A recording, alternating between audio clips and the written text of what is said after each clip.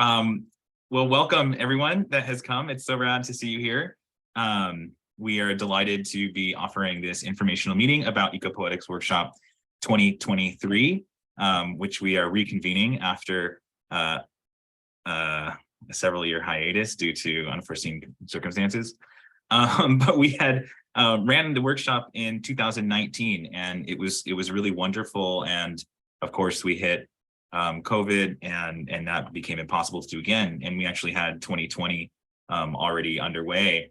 And it's really, really fun and exciting that we've decided that it was a valuable enough thing for us all to come back together and want to do again. And we're really interested in looking forward to growing a community of people that are really interested in ecopoetics, in trying to understand new modes, innovations, ways of thinking and working around ecopoetics, the environment, media, philosophy, theory, and all of these other things.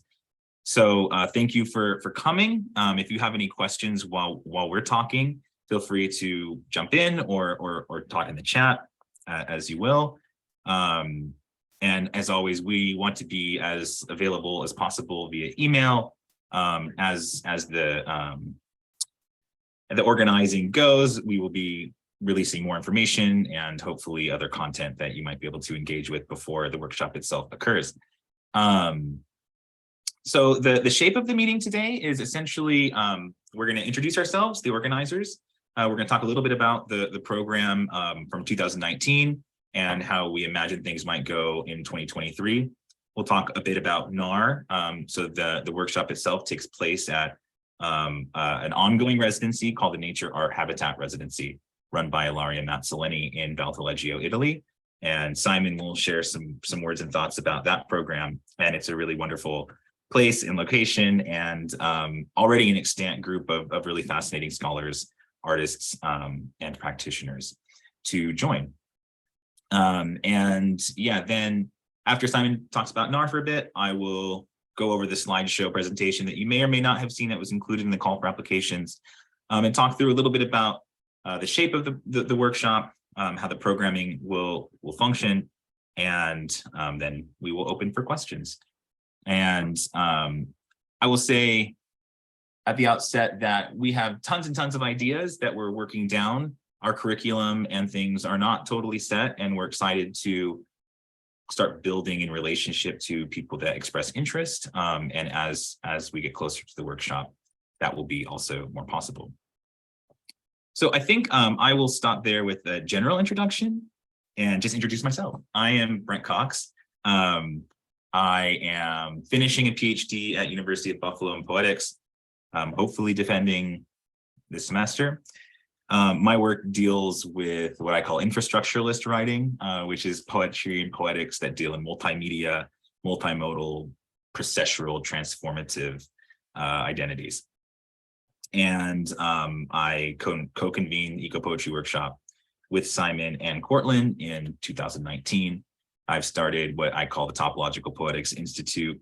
We publish poetics and video works and multimedia works. We recently released our first issue, which I was super excited about. And yeah, I have some work coming out in a publication called OEI out of Stockholm. That is a sound work that's related to Louis Zukowski's A9. And so I work in multimedia forms as well as like write scholarly prose, theory, criticism, and these kinds of things. Okay, so that's enough about me for now. I think we're going to Cortland.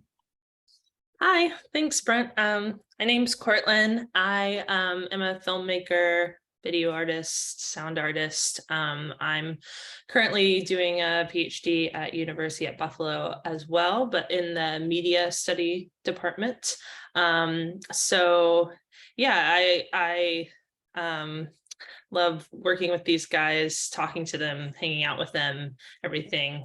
My other organizers are, in the poetics and English program at UB. So I guess I'm the one also trying to bring in kind of a multimedia bent to Ecopoetics Workshop.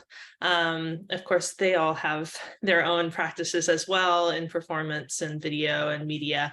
But I just wanted to put that 2 cents in there as well to say that the Ecopoetics workshop definitely doesn't just have to be about, writing poetry. Of course, if you do, that's wonderful. But we definitely had, the first year, people do all kinds of different projects. So it definitely wants to be a space for, scholarship and discussion, and hopefully like some creative productivity on all kinds of different projects. So yeah, that's sort of me and what I'm doing here, I think. So I think next is Brooke. Hi, I'm Brooke, and I am also at the University of Buffalo in the English department, and I'm working on contemporary American and Indigenous poetry as they relate to space. My dissertation kind of is exploring something that I call coterminous territory. That's just thinking about how multiple spaces can be inhabited within one another, and I kind of work through contemporary poets like Jose Felipe Albergue, Anthony Cody, Natalie Diaz, Layli Long Soldier, etc. I was introduced to Eco Poetry Workshop through Brent, Cortland, and Simon, actually out of a Thai reading group at Buffalo.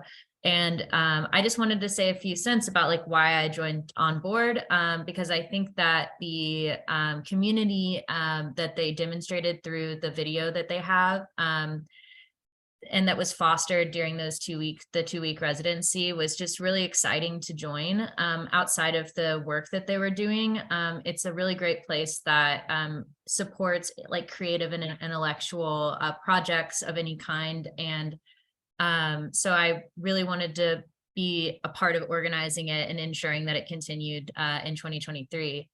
I just wanted to also mention like some of the interests that I had in ecopoetics, specifically 2 projects that I kind of thought that I'd like put out there. Craig Santos Perez, like Habitat Threshold, that came out recently, I think over the pandemic.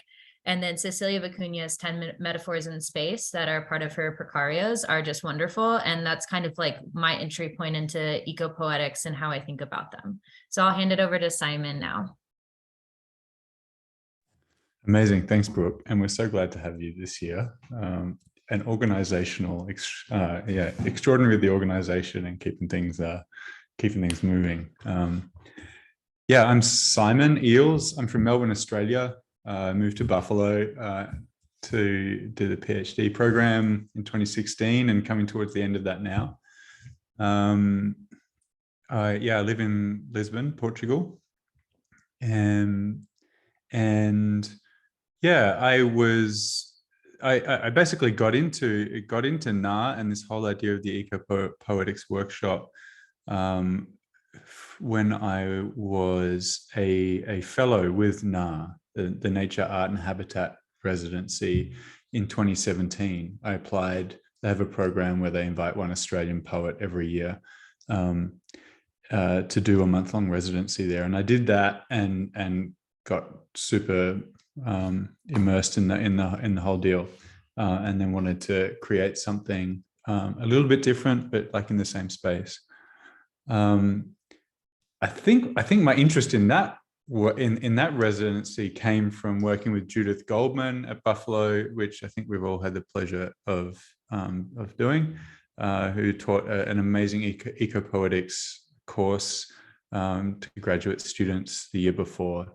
So there's a kind of a lineage through there as well that comes into our workshop. I work in poetry, in performance art, background in theatre and some film as well. I think a lot about embodiment. I was a dancer for 10 years. So I think about performed poetry, but also like really trying to push the boundaries of that. And what it can mean for maybe the body to be poetics or something like this. What else to say? Yeah, I've got a chapter coming out soon actually that I was working really hard on last year on long poems in Australia in the last 40 years. That's coming out in the Cambridge History of Australian Poetry, hopefully mid this year. So that's exciting.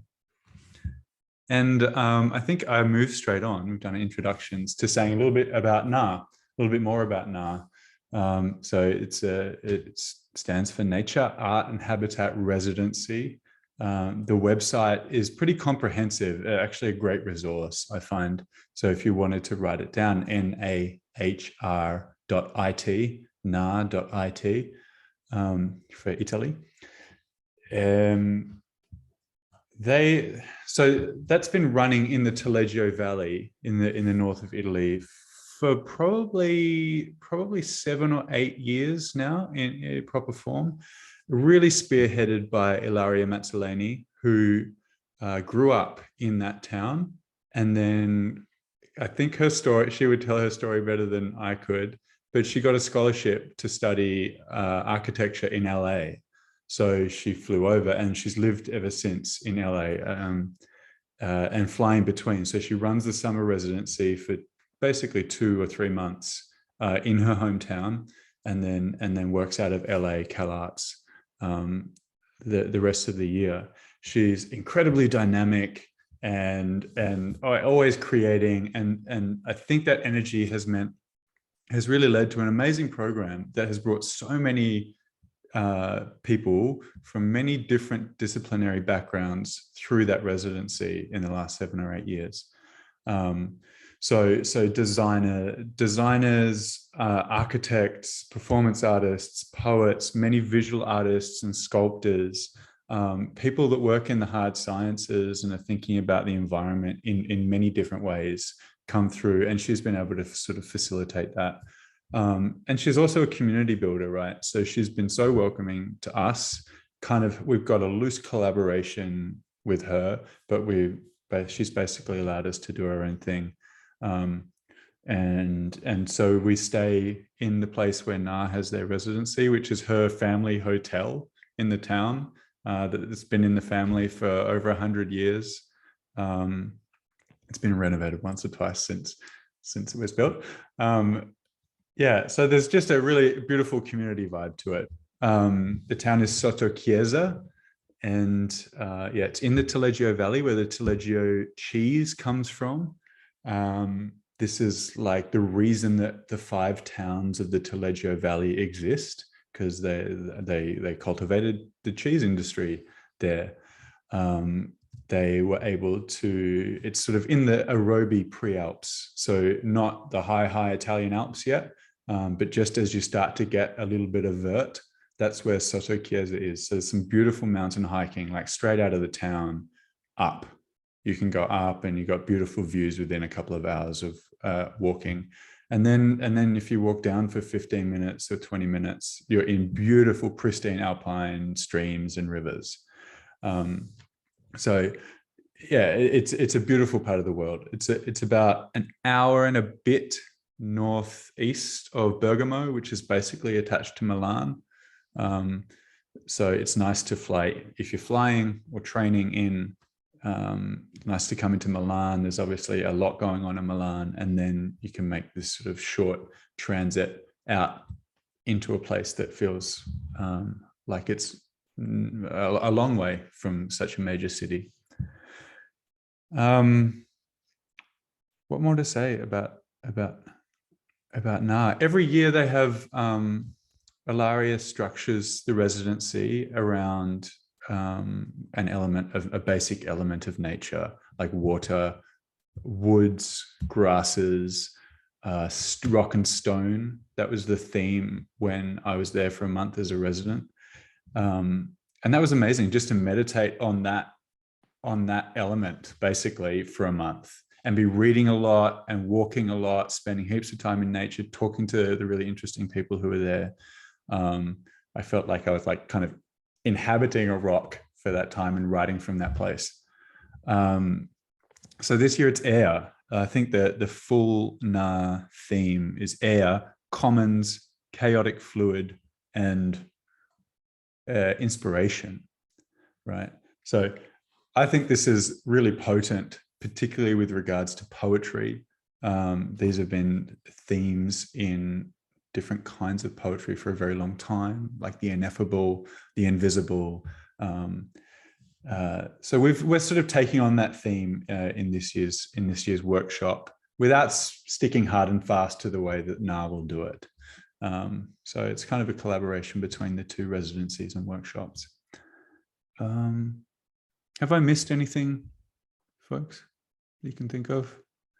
Yeah, happy to say more about it, lots more about it in the Q&A. Cool. Thanks, Simon. Yeah, I think the language you were reaching for in ecopoetical terms was it's a mutualistic symbiosis, a mutualistic symbiotic relationship. I've just between lost you, our Brent, ecopoetics. on the audio. I'm not sure if that's others as well, but Can you all hear me? Okay. I heard you. Okay. Yeah, I mean, it is worth stressing, while Ecopoetics Workshop is not like exactly part of NAR, we have benefited greatly from being in association with them and have like presented at events of their own. They're also publishing a book forthcoming that includes some work from 2019, Ecopoetics Workshop. And so it's yeah, great to be part of that community and see it building and be doing something that they're very helpful with, but that is also allowed to be autonomous, which is, you know, I think kind of a theme of Ecopoetics Workshop as I was going over the slideshow this morning, is this kind of relationship between our own individual research projects and activity, and the really strong sense of collaborative interworking that we also want to cultivate in the workshop itself. So without further ado, does anyone have any questions right now at all, or anything that they'd like to interject before I go into the slideshow? Great. Okay, so I'm basically going to go through this slideshow presentation that, again, deals with some of the ideas that we're bringing to Ecopoetics Workshop and gives a little bit of insight as to what we did last time and sort of what came out of it, which are meant only to give, yeah, a very like skeletal structure of what's possible, because I do think, well, I will say we're great organizers and have a strict program. We also hope that the dialectic is such that it's also creative and evolving and processual in nature. And we found that, and I'll probably say this already in the presentation, we found that once you get going, collaboration kind of emerges on its own, and we hope to cultivate that kind of thing. And found the attendees previously would like to interject in some of the organizing programming as well, and that was totally awesome. Okay, so I'm going to share my screen, hopefully.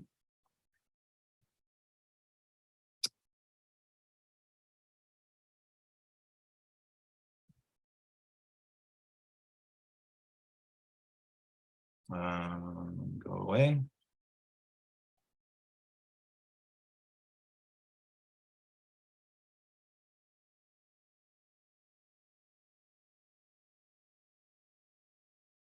Okay. So Ecopoetics Workshop 2023 will take place from the 17th to the 31st of July 2023 in Valentinoggio, Italy. As Simon's already mentioned, the theme will be air, as per NAR. You may have seen one of our call posters that Simon pointed out was doing some interesting things with the color yellow. Ecopoetics Workshop is a 2-week residency focusing on collaborative, critical, and creative approaches to the nexus of poetics and contemporary environmental issues. Ecopoetics Workshop was initiated in 2018 as a 2-week residency with a focus on creative, critical, and collaborative approaches to the nexus of poetics and contemporary environmental issues. The first iteration was held in association with the Nature, Art, and Habitat Residency in the summer of 2019. After a hiatus due to COVID, the workshop will take place once again in the summer of 2023.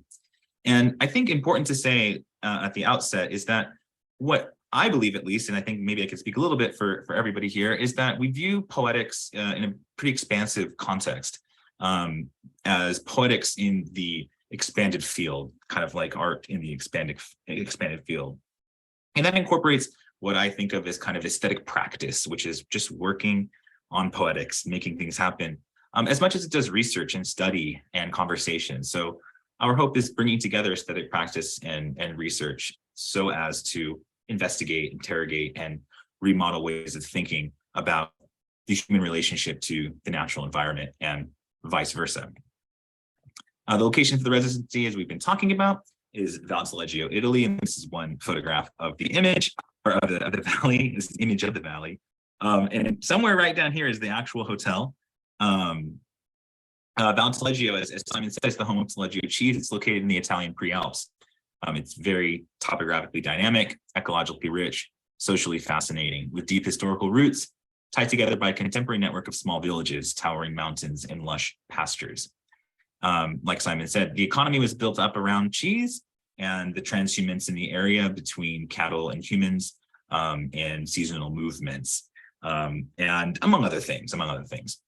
And today it's definitely a tourist destination and kind of almost resort town. But it's worth saying Soda Chiesa itself is really quite small, which lends itself to a kind of wonderful feeling of solitude, but also like easily available to, as Simon said, get to Milan, Lake Como, even going north into Switzerland. These kinds of things make it a cool nexus of a lot of different possible movements. Simon already talked about NAR. I will just say, per their website, it's an eco-laboratory of multidisciplinary practice and has been a temporary home to a large number of artists, researchers, scientists, poets, architects, designers, and more.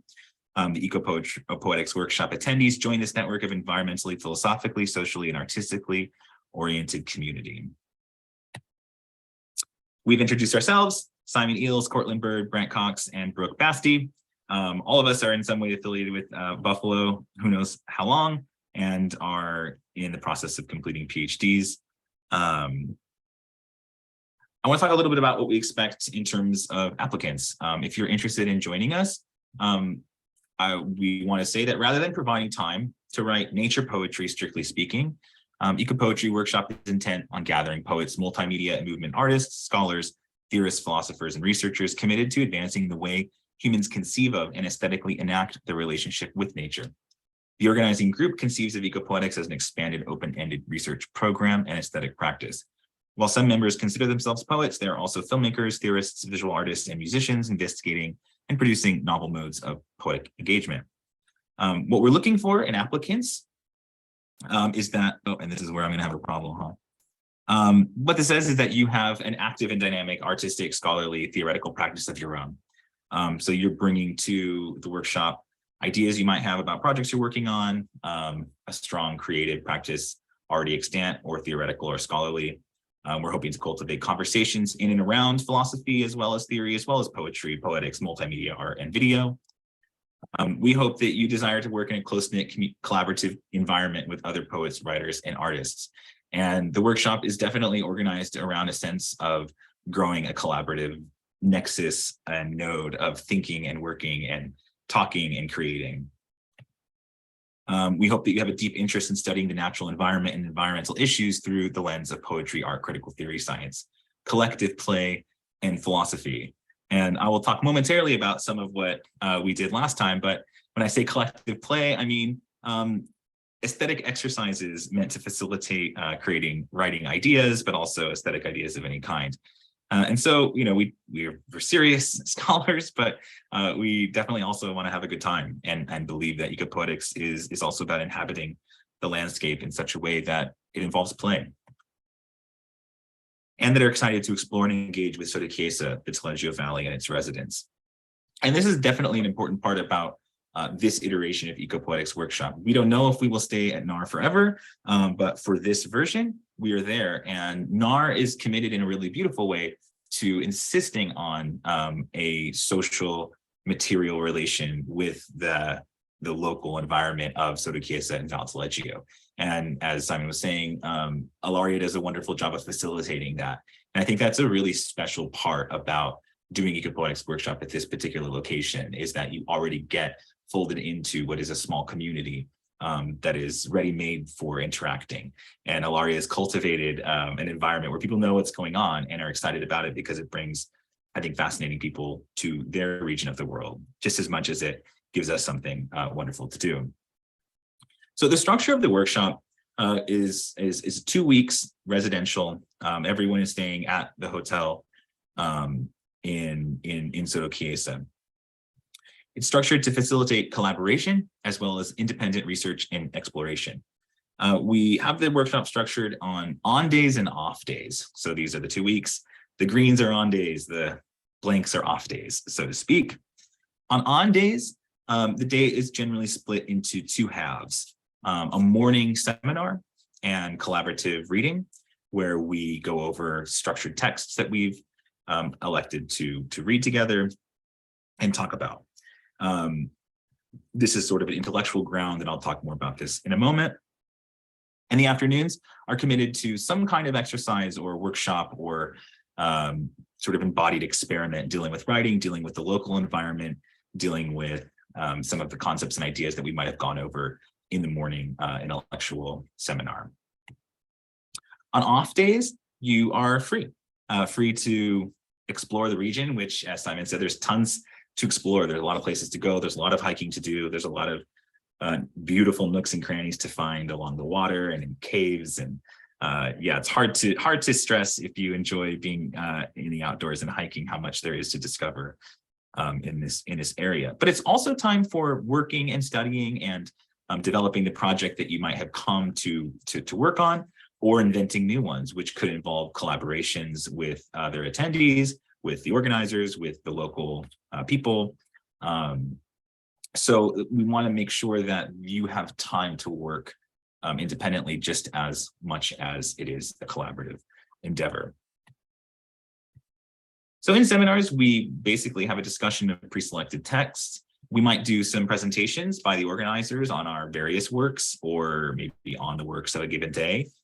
We will have time to workshop our own creative ideas, whatever projects you're bringing to the program, or anything that you're coming up with and going into for conversations purpose.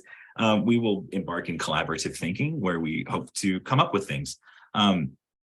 I think of this as, the intellectual ground of Ecopoetry Workshop. And I think of it as an open-ended participatory conversation. That is to say, more than just, unpacking texts and trying to figure out the meanings of difficult works of poetry or art, which we will hopefully do. Really, it's a ground for conversation and collaborative building, conceptual construction, of trying to understand what it is we're all doing here together, and to solidify that into something mutualistic, symbiotic, interactive, etc. So that's the seminar side of things. And we also are engaging in what we call, or I call, aesthetic exercises, exploratory writing exercises. And these are pretty broadly conceived, and I'll talk a little bit about a couple of them. But we try and stimulate our thinking and our writing and our work by actually engaging with the local environment, whether that's walking around town or going on certain kinds of organized hikes or visits to particular locations, what we might call psychogeographic deriving, doing collaborative, playfully designed experimentation. This is a time for open-ended collective play and self-determined aesthetic practice within sometimes parameters and sometimes more open-ended time. But it's really meant to be, exploratory, fun, interesting, challenging maybe, and found that we had a good time coming up with things to do that were exciting. As we mentioned, the theme for NAR and that we are adopting is air. And there's plenty to say about air. I don't need to get too much into it, but I will go over some of what NAR has said about air, which I wrote some of this copy as well. So it's part of the mutualistic symbiosis. NAR is thinking about air as a commons, as a chaotic fluid, and as inspiration. As a commons, air is an ephemeral permeating substance. It is contingently unbound from geographic determination and constantly in motion around the earth.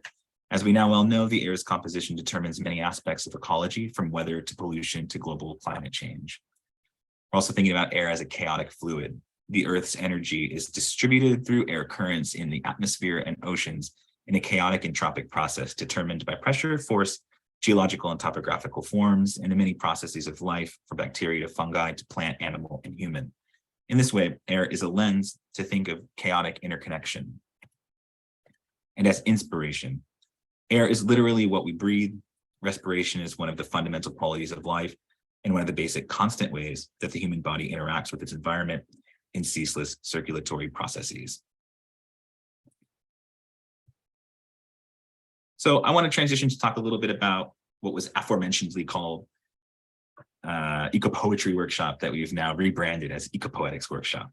to, as Cortland was suggesting, expand our locus from just poetry into poetics as a broadly conceived, open-ended research and investigation program, as well as poetics in an expanded media context. The 2019 iteration was called Grasses, Pastures, and the Regenerative Economy of Cheese.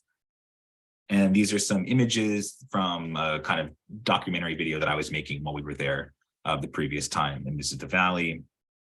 And some stills from the high pastures on the upper right here, where if you hike for just a couple of hours, you will arrive at, and it's really quite stunning. On the lower left, there's a river that runs right alongside town that you can also hike up and walk through for a really wonderful experience against some cliff faces. And on the bottom right is a picture of the woods that you will be walking in. Some of the things that we do, I was just saying, in aesthetic exercises. One day, for example, we did a kind of group collaborative project where we made string sculptures in this abandoned church area. So on the bottom left, there's Cortland and Amanda Hohenberg doing some work. Amanda walking into the forest, us walking through Soda Chiesa town, and Simon on the upper right there dealing with some string. We also try and have collaborative dinners. I did a lot of cooking last time, and I hope to do a lot of cooking this time, because the ingredients available in this region of Italy are amazing, and just eating is wonderful. So we like to gather and digest together about what we did in the day, come up with new ideas for the week, and think about how to continue experiencing as we do work. And in the bottom right here is some of Cortland working on a video that I will talk about in a moment. The bottom left is a church where we did some sound work in that was really cool on our way to, I guess, a Zen temple or a Zen village for a sound bath. And again, some other stills from the area. On the last night we were there the first time, there was a beautiful thunderstorm and a lunar eclipse, which felt apropos and symbolically interesting. And there's animals all over Soda Chiesa as well. So I wanted to talk a bit about what came out of Ecopoetics Workshop in the first iteration. I believe the greatest outcome of Ecopoetics Workshop was the spirit of collaboration, collective thinking, mutualistic encouragement in the seminars, in our dinners and activities, from the aesthetic exercises, workshops, from giving feedback to one another and developing our practices and our thinking. But we also had some more material outcomes, such as poetry and artwork and videos that developed after the workshop itself. While we were there, we had a publication made and printed at a local print facility. I'll talk about that in a moment. We also had a conference presentation at And Now, a Festival of Innovative Writing, which is a regular festival of innovative writing in the States that is nomadic. So this iteration was held at University of Washington. And we also had several courses that were either taught in inspiration of the workshop or using ideas that we developed there. On the final day, or the final couple days really, we had some group presentations of the work that we had accomplished. So we had a reading that we filmed and shared with one another. Here's Cortland on the top left doing a performance piece that I had forgotten about until I was going over this. It was really wonderful. Amanda in the bottom right giving a spirited performance. These are some stills from a documentary video that Cortland produced while we were at the workshop.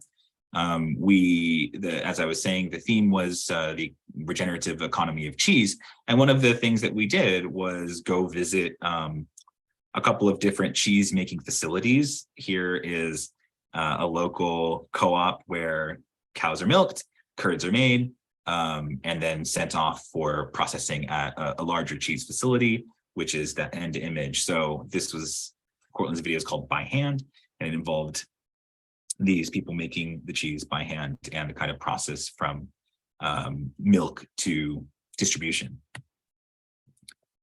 Simon came up with the most epic project of the 2 weeks called Literal Purge, in which he read out loud Dante's Purgatorio while hiking along the crests of Valtaleggio as Cortland filmed the entire thing. So the performance lasts 5 hours. and was pretty intense and pretty wonderful and an incredible thing to see happen.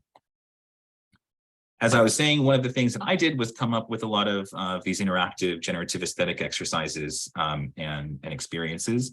And I also documented them and made animations and writing about them to leave behind at NAR in the event that anyone else might decide to try them out. One of the first ones was what was called bocce energy transference, where we sat on a bocce court and like kindergarteners rolled balls back and forth from one another. But the intention of the activity was to really think about energy transference and our relational network of nodal operators in this valley. We did other things like I had mentioned going to this Zen, what was called a Zen, I don't know what we call this, but have a sound bath where we listen to poetry and music. A Zen center, thank you, yeah, sure, easy. In relationship to other sound works that we were doing. Another great project was attendee Jane Thomas ended up interfacing with the local priests of the congregation in the 5 villages surrounding Valtaleggio. And she made friends and wrote a poem that on the last day of the workshop was read at Sunday Mass, translated into Italian by the priest and presented by Jane as well in English, which was a super rad outcome because I think it indicates the kind of way that even in a short period of time, over only 2 weeks, we were really able to network with the people that lived there. And I think that thinking about ecopoetics is as much about the quote natural environment, if you will, as it is about the social environment of the people inhabiting this region. And so it felt like a really wonderful way to manifest that. And I mentioned, we also produced a book called Field Notes for a Regenerative Economy of Fields that somehow we made and designed and had printed before the end of the workshop, which is pretty incredible. And it contained ongoing work that we had already done or some things that people had been thinking through, notes. We were able to hand those out at the end of the workshop and give them to friends and family elsewhere. I don't know if that will be an outcome from this workshop. If people and attendees were interested in trying to do this again, I'm sure we could make it happen. And it was really a really great thing. As I mentioned, we had presentations at And Now Festival. We also taught classes. So I've taught classes in environmental humanities at University of Buffalo, which dealt seriously with environmental issues and the philosophical underpinnings of what has emerged as the environmental humanities, as well as creative writing and writing about science that all incorporated work from Ecopoetics Workshop. Simon as well has taught writing about change and poetry, and we've all taught in various capacities using ecopoetical ideas and environmental literature. Joanna Doxey, one of our attendees with Dan Beachy Quick, organized a class at Colorado State University out of the workshop, which was super exciting for us to see. Okay, so I'm wrapping up, and this is a very heterogeneous list of names, but were some of the people who we either read on the first go around or were just some, think of them as air molecules circulating, but some names that we might be looking at in the future for our reading syllabus and this kind of thing.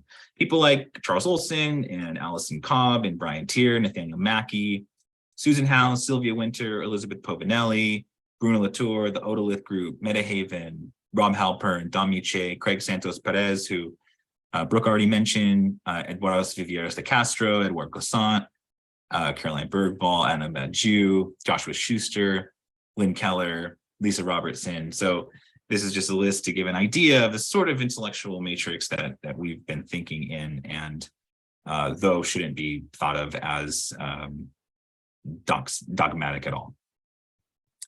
I'll talk just briefly about applications because they've opened, but you may have already seen this.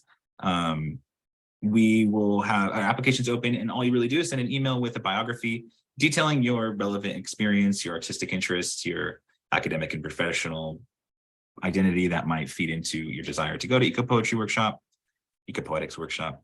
A statement of intent. Can I interject right now, Brent, just for absolutely details on this?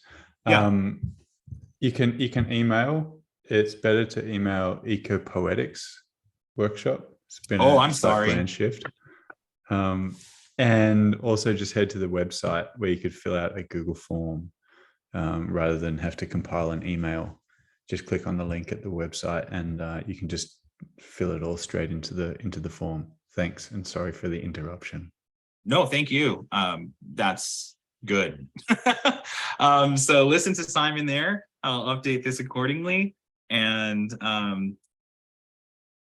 okay, so the cost to attend is 850 euros, and that includes 2-week apartment accommodation at Soggiorno Mazzoleni and Sotto Chiesa.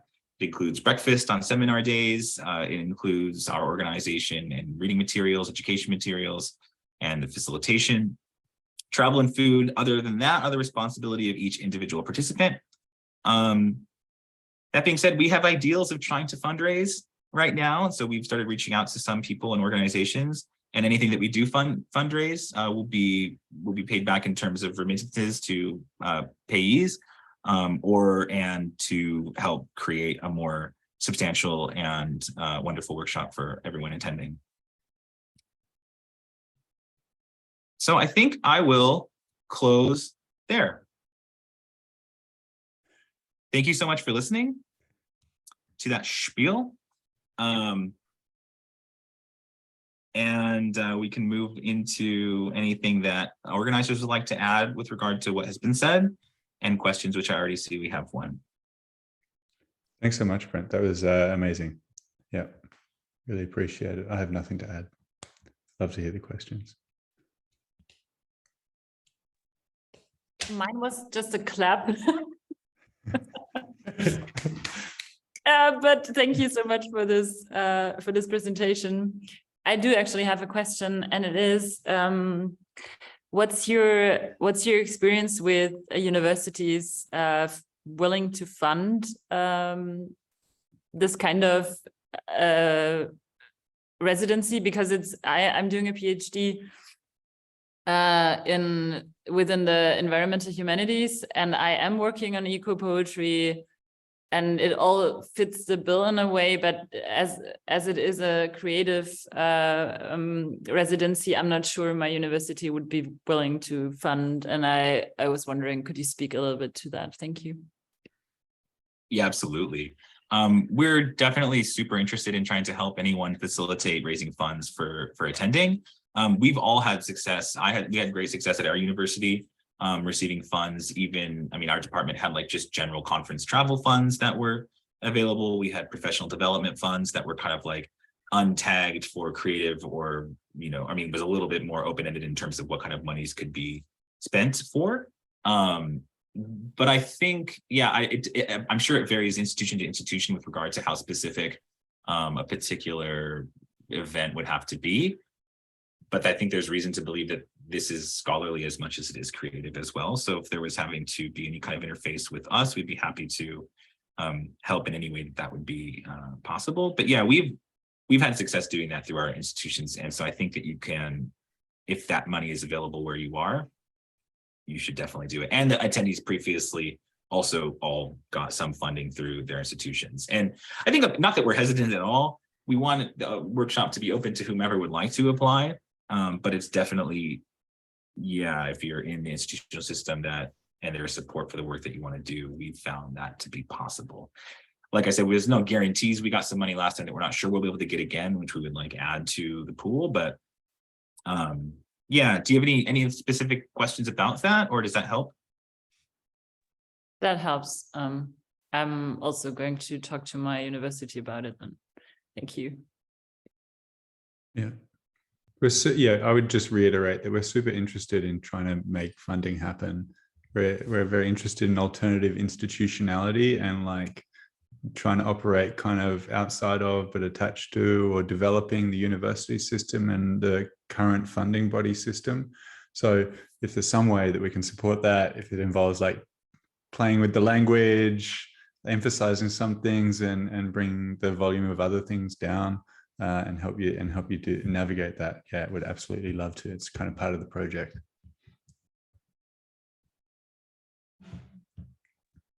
Any other questions, or just like curiosities, thoughts that are coming up from people?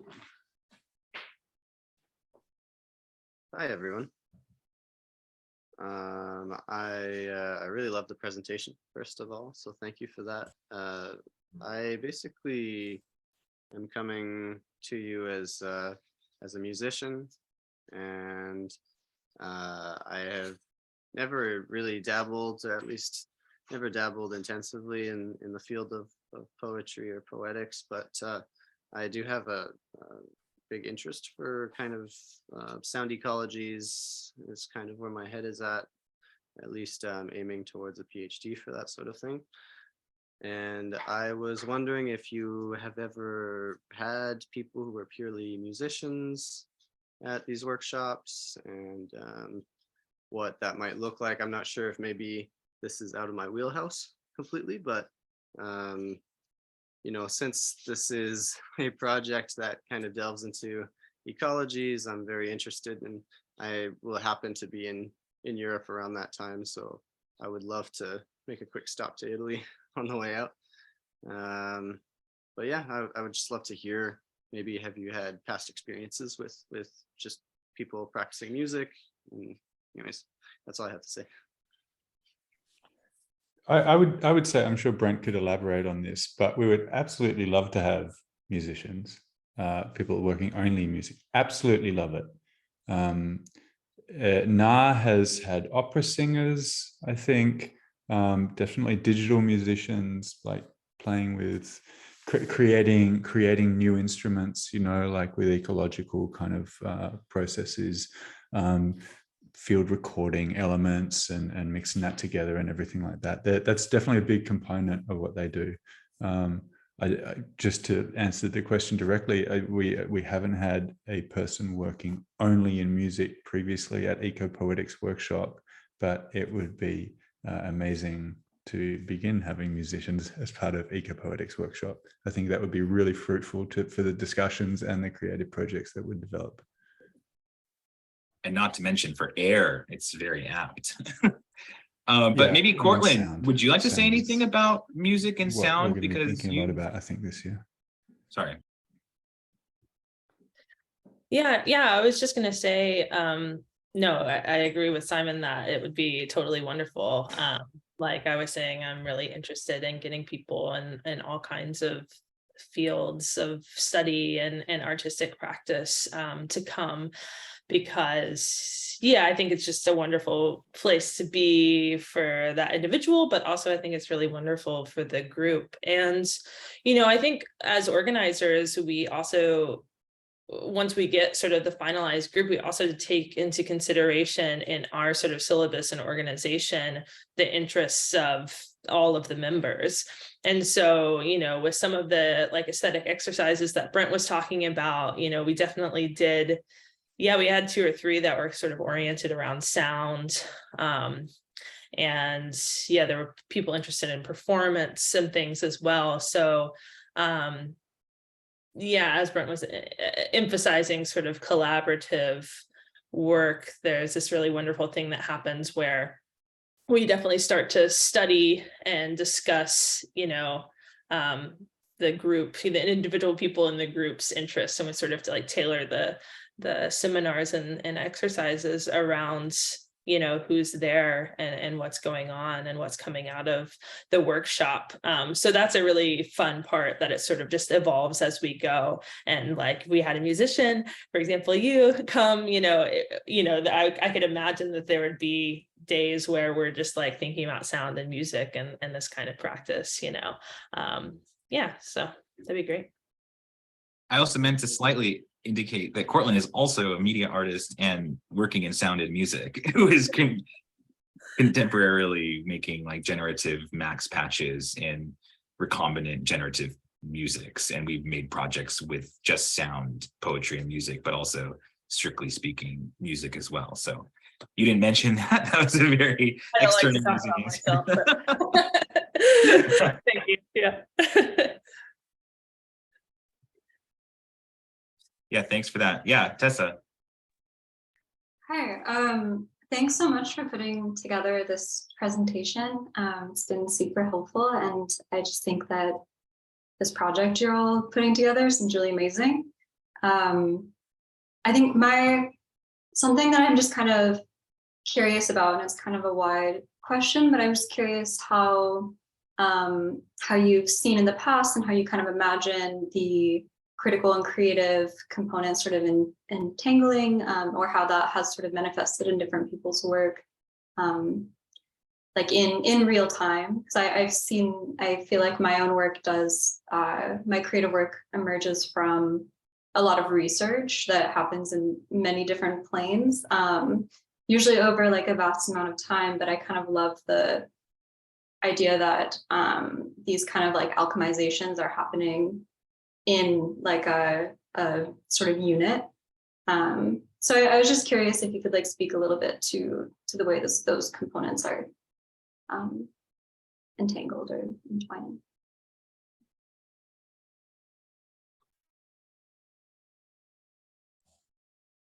Yeah, part of that question is at the core of being in the Buffalo Poetics program. If you know anything about that program, that's precisely what it is.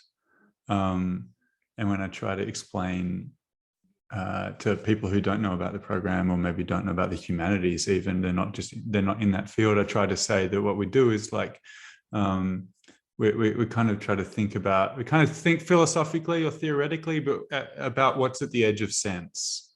And whenever we get together, we're sort of trying to tap into that zone, and that necessitates creativity, and often collaborative creativity. So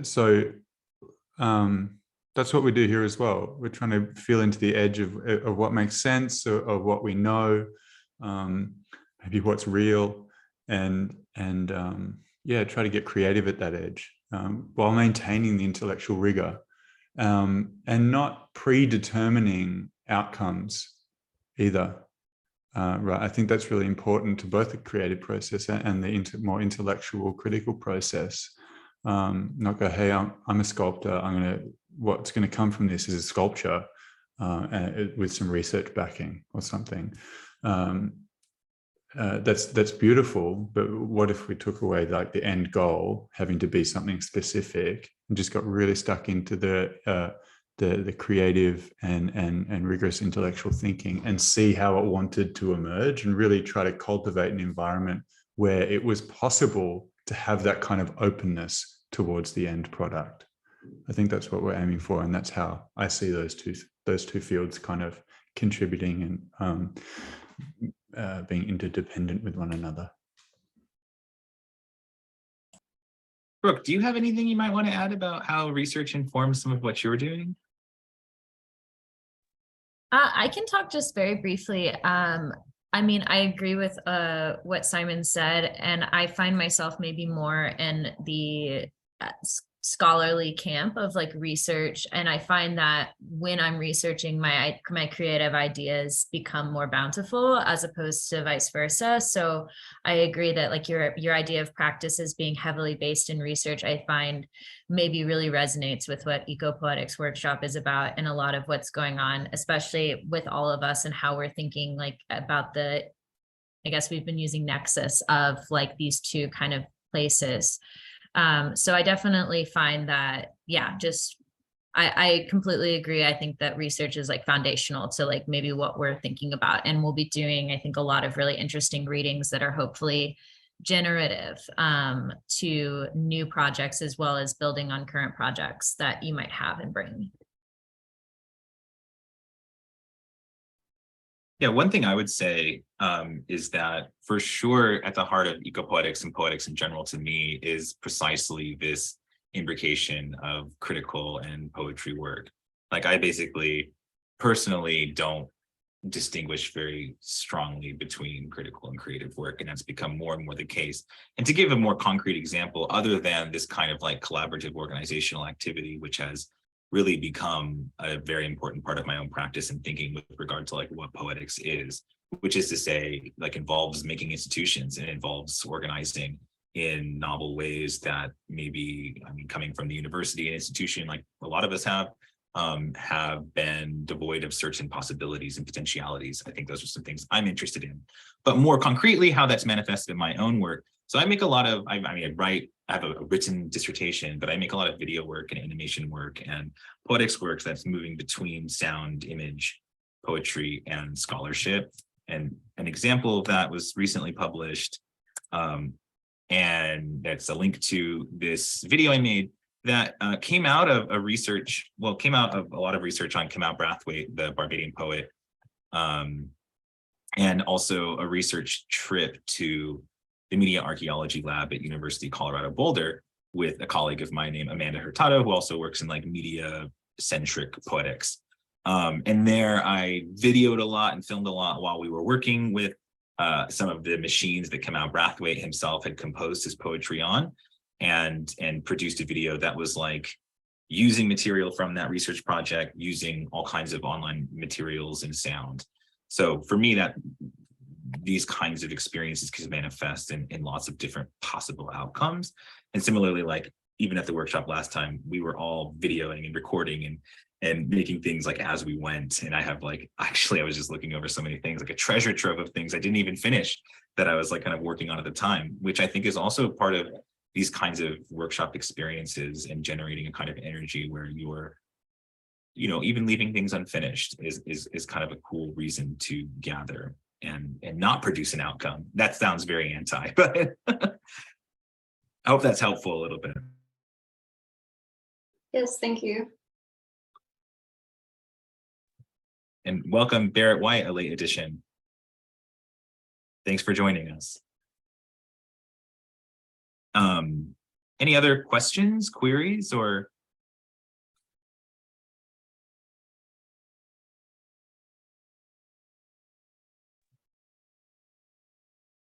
Yeah, this has been super great. I really, really appreciate your attendance. I really, really appreciate your interest, enthusiasm in the project, and for listening and hopefully collaborating in the future.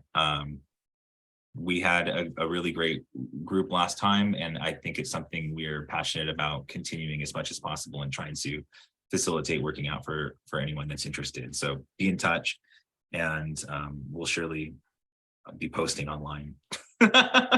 Other organizers, do you have more you'd like to say or add as we conclude? Just thank you guys for coming. It was really delightful to share what we're excited about with others. So thank you guys.